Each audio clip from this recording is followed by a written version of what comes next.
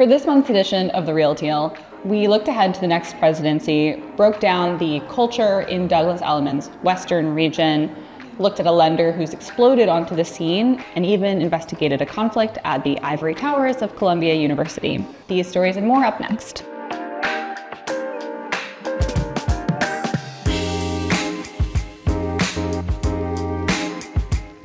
So Keith, you reported in the latest magazine on the turmoil at Columbia University's Master's in Real Estate Development. Tell me what's going on there. Yeah, we don't normally cover what's going on at college campuses and disputes within academia, but the Columbia's Master's in Science Real Estate Development program is pretty unique in that it is kind of a rare stepping stone to the industry. Breaking into New York real estate is quite difficult. It normally consists of having a family that already owns New York real estate, and then you work for the family, or you get rich in some other field and then dump your money into real estate. So the program at Columbia was kind of unique in that it was a real kind of launching pad to get into this industry that's really hard to break into. It had some pretty notable backers, most notably Mark Holliday, the CEO of SL Green. Yeah, tell me what the drama is within the program now. The director of the program, Patrice Darrington, was there for about 9 years. The school decided not to put her forward for tenure. Then she was let go and removed from the program as the program head and told not to teach any classes without really any explanation. And the industry was pretty concerned because of the contrast with Darrington, who's trying to teach technical parts of real estate. The dean of the program comes from a design background and more of an architecture background. Mm-hmm. And this is a program, a master's in the science of real estate development, that seems like it maybe belongs at a business school, but at Columbia, it's not, right? Yeah, but so this was not in the business school. This was in the School of Architecture and Planning.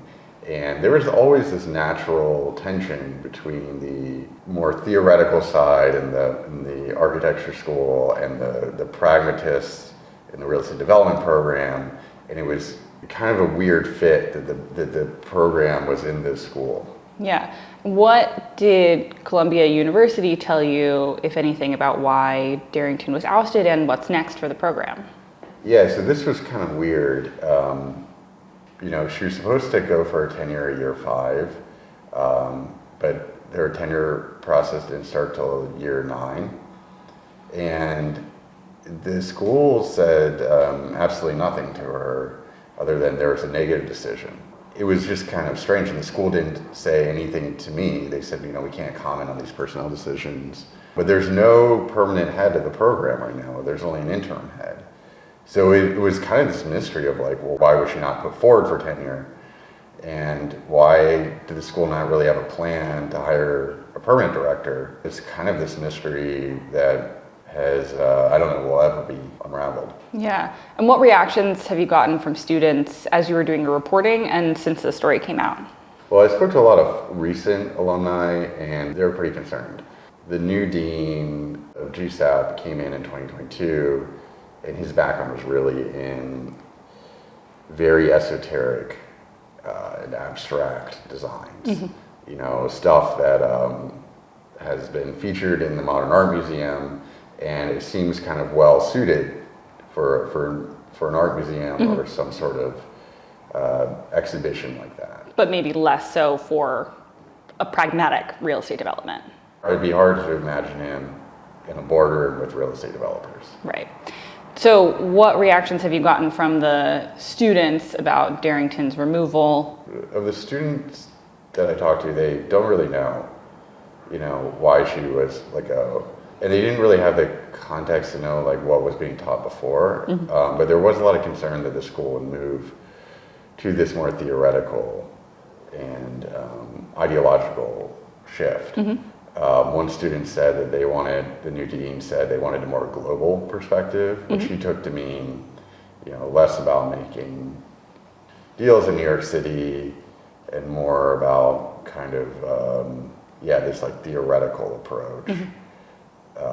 To deal making, mm-hmm. or to design, really, in real estate. Yeah. And, and since the article came out, a number of students are really concerned. They're not happy I think, with the article because they're concerned about future job prospects and how they're being represented. What do you think is in the future for this program? The whole kind of situation just seems so fraught with inherent tensions and conflict and not much accountability either on any side.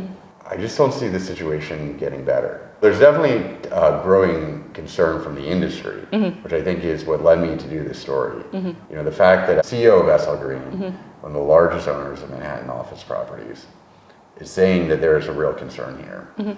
It kind of shows that the industry is concerned. I don't think that's good for the program. Putting this school in the architecture school is going to work. I think one of the real questions is like, can deal making and real estate, is that really something that's taught in school?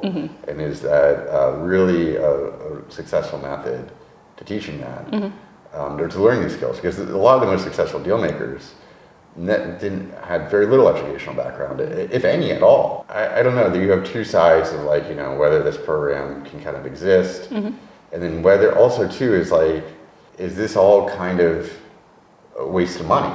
I mean, that's the other question. Like, are, you know, people spending $110,000 a year to basically not really learn these skills to actually succeed in the industry? And they'd be better off just doing an apprenticeship and kind of hustling their way. I think that's kind of interesting. Is like the people, in my view, who do really well in the industry are actually those who would see going to school as a waste of time. They might say, take your $110,000 and invest it. Yeah, there's a lot of contradictions. Thank you. That play.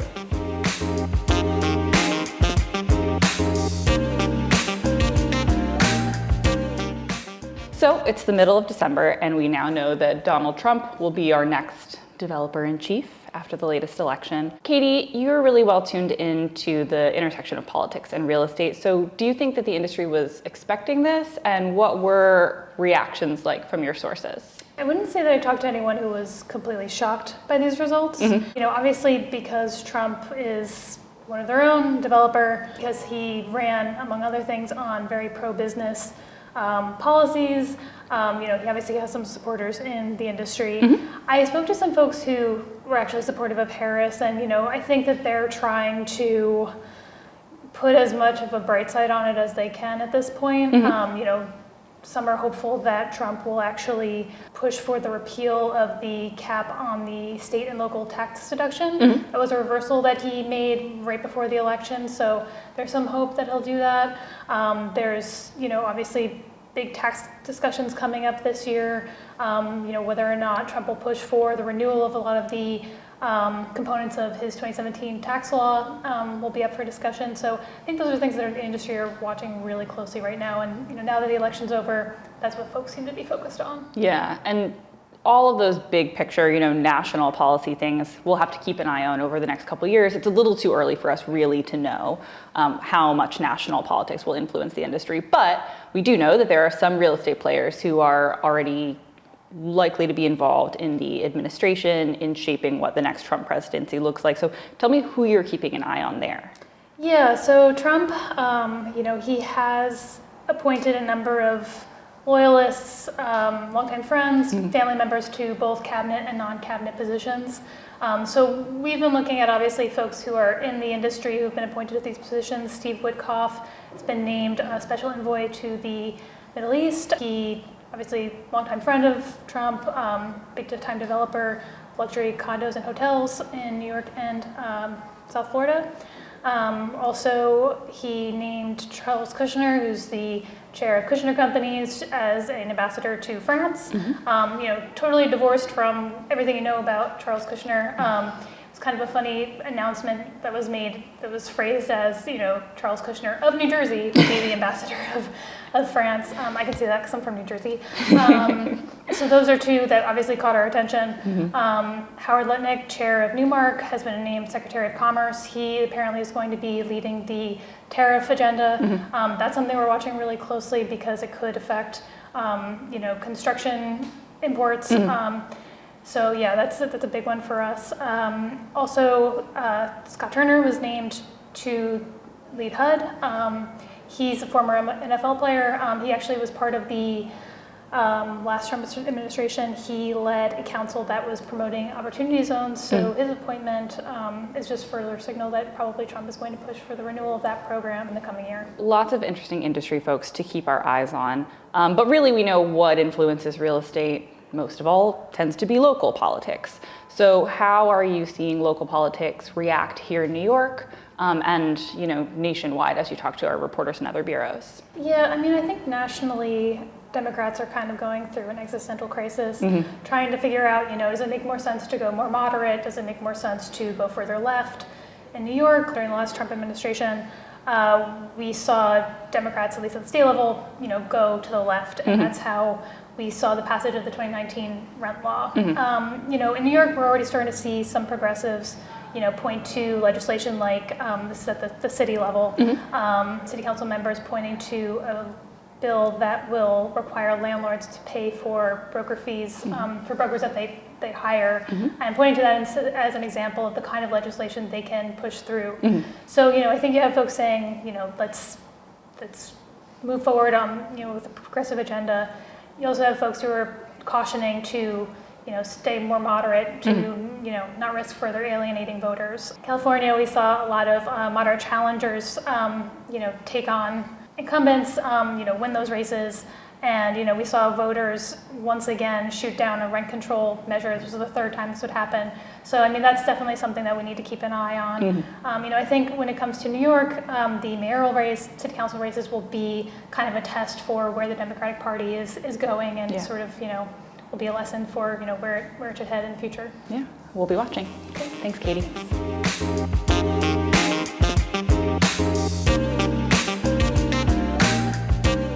So Susie, you broke some big news over the last couple of months about major boxer Floyd Mayweather breaking into real estate. Tell me about that. Yeah, absolutely. So in 1 week in November, he did 3 large deals. He bought a stake in the former Versace mansion, which is in Miami Beach, a big stake, we don't know how much. He made an investment of over $100 million in a $1 billion office portfolio owned by 601W. And he invested $100 million in a $3 billion luxury rental portfolio that's concentrated in New York.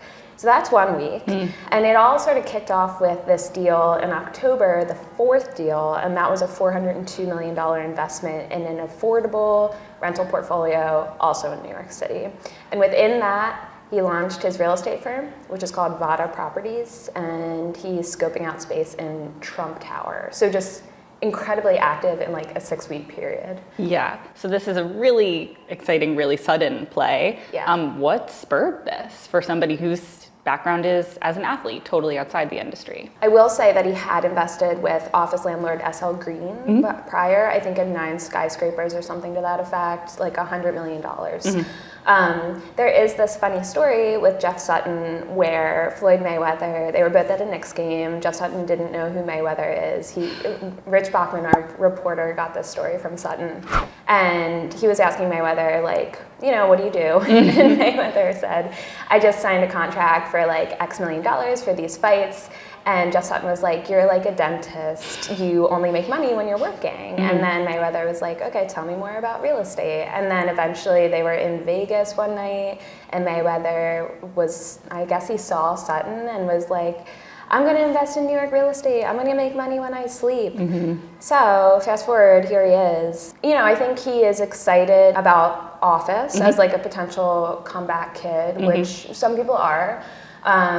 He's said that he just really believes in New York, which a lot of investors will say. And then I think from a practical standpoint, like, as you said, he's retired. I think he's been retired since 2017 or so. His money from boxing, it doesn't last forever. So I think it's, make money when I sleep sort of play. Yeah, and looking at these investments as a whole, I mean, they are quite diverse, different asset classes, different partners. Do you see these as, a conservative bet, something a little bit more on the risky side? Mayweather, as a fighter, was thought to be a pretty conservative, excellent but conservative boxer. Right, yeah, I read that in an ESPN article, and we did include it in our article, because it was interesting to sort of apply that approach to real estate. I think it's split. You know, office investment is opportunistic. Those buildings are devalued. There's an expectation that some will come back, and if the basis is low enough, it makes sense. So there's that. The affordable rental investment, those buildings are actually rent stabilized, which those have also been devalued by legislation. So in the same vein, there are investors who think that the law will change and they will be worth more. So those are both opportunistic. The luxury rentals, I mean, that's sort of like makes sense. Luxury rents are quite high. I think they're still near records, and demand is really strong in the city. And then the former Versace mansion, I was talking to our South Florida bureau chief, Catherine Clergis, and she was like, yeah, I mean, the Miami hotel market is doing really well. I think best in the country, but also it's a bit of a clout buy. You know, it's like one of the most photographed mansions in the country. And I think Mayweather is excited about that as like an iconic property. Yeah, as trophy assets go, that's a pretty good one. That's up there, yeah. Yeah. All right, so we'll be watching to see what moves he makes next. That's right. Thanks, Susie. Thanks.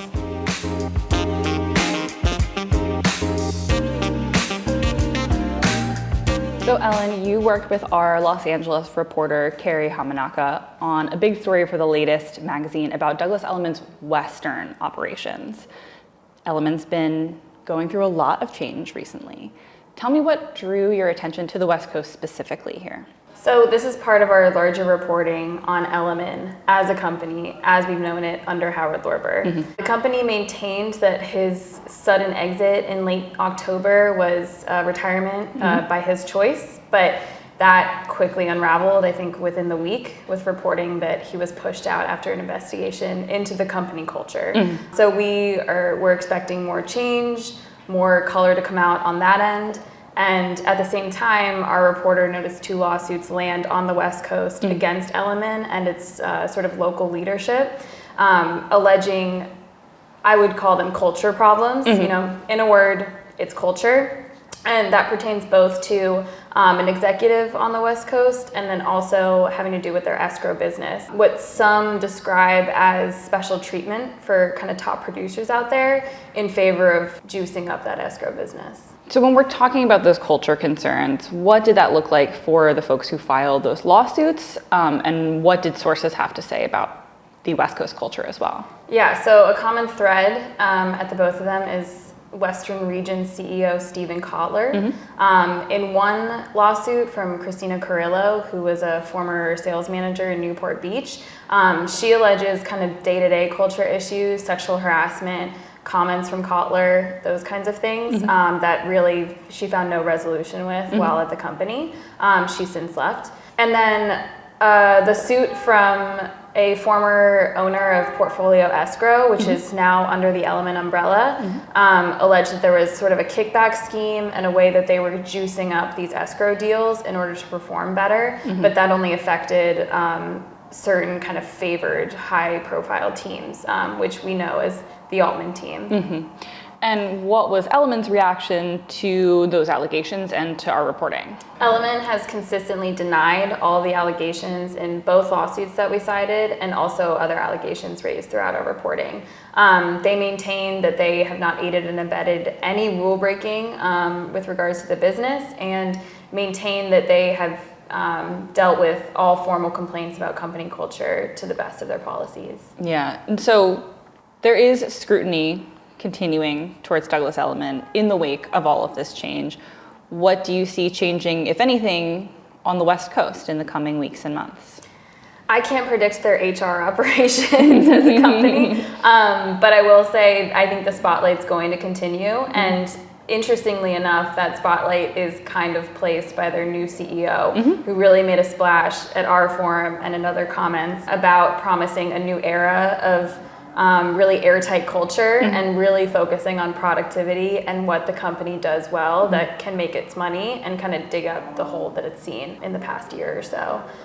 So it's been a tough financial year, and it's been a tough year for the reporting around the company's culture and its executives, that many of which have been with the firm since the mid-90s. It's a really good time for Michael Leibowitz to be using that line, and who knows what that could mean and if there are more heads to roll. Yeah, we'll be watching. Thanks, Ellen. Yeah.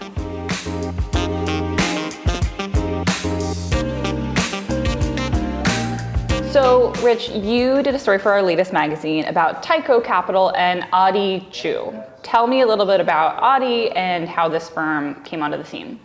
So Adi was someone that we had covered. He was a broker. He was an independent broker, and he did a lot of big, interesting, and sort of hairy deals. And he had gained a reputation as being someone who could get financing for complicated deals. And so, how did he make that transition from broker into lender? He said that he had noticed that when interest rates go up, that it was harder to get his brokerage deals done because there weren't as many lenders out there. And he said a light bulb went off. If I could get into lending, there'd be a lot of demand for it. Yeah, and so what's the gap that he's able to fill here? Not every lender lends to every asset class, and there has to be, some piece missing in the market for somebody to really explode on the scene like this, right? Right, banks have pulled back. Banco ZK, which is the country's biggest construction lender, has said that it's going to sort of pull back on the sizes of the loans that it does. And with interest rates higher, it's just harder for anyone to afford, construction loans. So where is the money coming from that Adi is using for these loans? So he's partnered with Elliman Management, which is one of the biggest hedge funds in the country, and has a very large pool of capital to put out. Yeah, and where have they mostly been putting that capital out so far? They've been in a lot of the cities that we've been paying attention to, Miami, New York, and not only are they doing a lot of deals, but they're doing very large ones. Why take on so many large deals when you're such a new firm? My sense is that they have a lot of capital committed to putting out. Yeah. So if they have a lot of capital to put out, do you see them continuing to make a lot of new large loans? It's kind of hard to say. We're in such a unique point now where the high interest rate environment has really impacted lending and borrowing. We can say that for a long time now, decades, we've seen private lenders take a bigger share of the market. So, a private lender with a very large checkbook, it seems that they should be around for a while, and Adi plans to be around for a while. He says that he's done doing brokerage, he's changed the signs at his office. He says he's all in on the lending business. So this is somebody we'll be looking at as a lender for probably some time to come. He's told me that he's got a few big deals coming along, so the short term, and we're expecting the longer term. All right, so we'll be looking out for that. Thanks, Rich.